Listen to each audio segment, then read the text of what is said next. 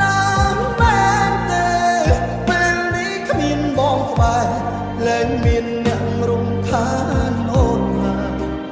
បងនឹងចេញឲ្យឆ្ងាយមិនឲ្យអូនឃើញមកទៀតឡើយពេលនេះបងចាញ់ហើយបើកលើឲ្យអូនជ្រើសអ្នកថ្មីពេលនេះបែកគ្នាហើយចុងក្រោយបងត្រូវអូនម្នាក់ឯងខាងក្នុងទ្រូងមូលណែខំសំដែង